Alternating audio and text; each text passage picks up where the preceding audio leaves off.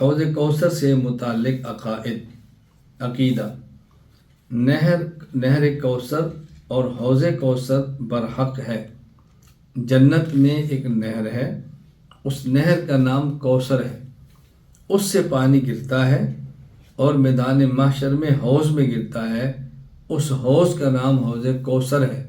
تو جنت کی نہر کوثر بھی برحق ہے، اور میدان محشر کا حوض جس میں پانی گرتا ہے اور وہاں سے میدان محشر میں رسول اکرم صلی اللہ علیہ وسلم پلائیں گے، اس حوض کوثر کا نام، وہ حوض کوثر بھی برحق ہے۔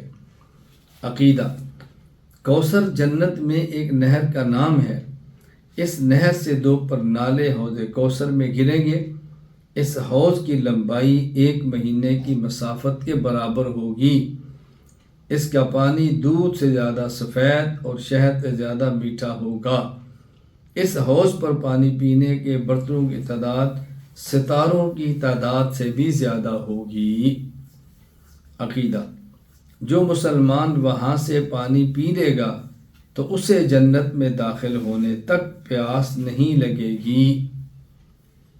جو ایک بار حوض کوثر کا پانی پیے گا، اب اس کے بعد جنت میں داخل ہونے تک اس کو پیاس نہیں لگے گی۔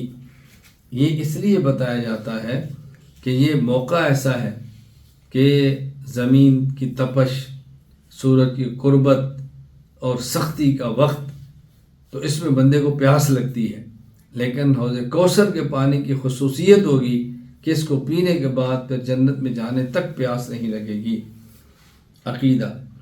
کافر اور بدعتی آدمی وہاں سے پانی نہیں پی سکے گا، کافر کو بھی حوض کوثر کے پانی سے محروم کر دیا جائے گا، اور بدعتی کو بھی حوض کوثر کے پانی سے محروم کر دیا جائے گا۔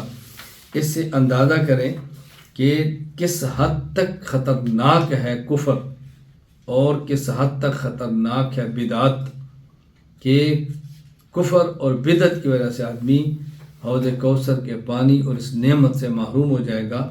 اللہ تعالی ہمیں اپنے فضل اور کرم سے حوض کوثر کا پانی عطا فرمائے، اور رسول اکرم صلی اللہ علیہ وسلم کے مبارک ہاتھوں سے عطا فرمائے۔ وآخر دعوانا الحمد للہ رب العالمین۔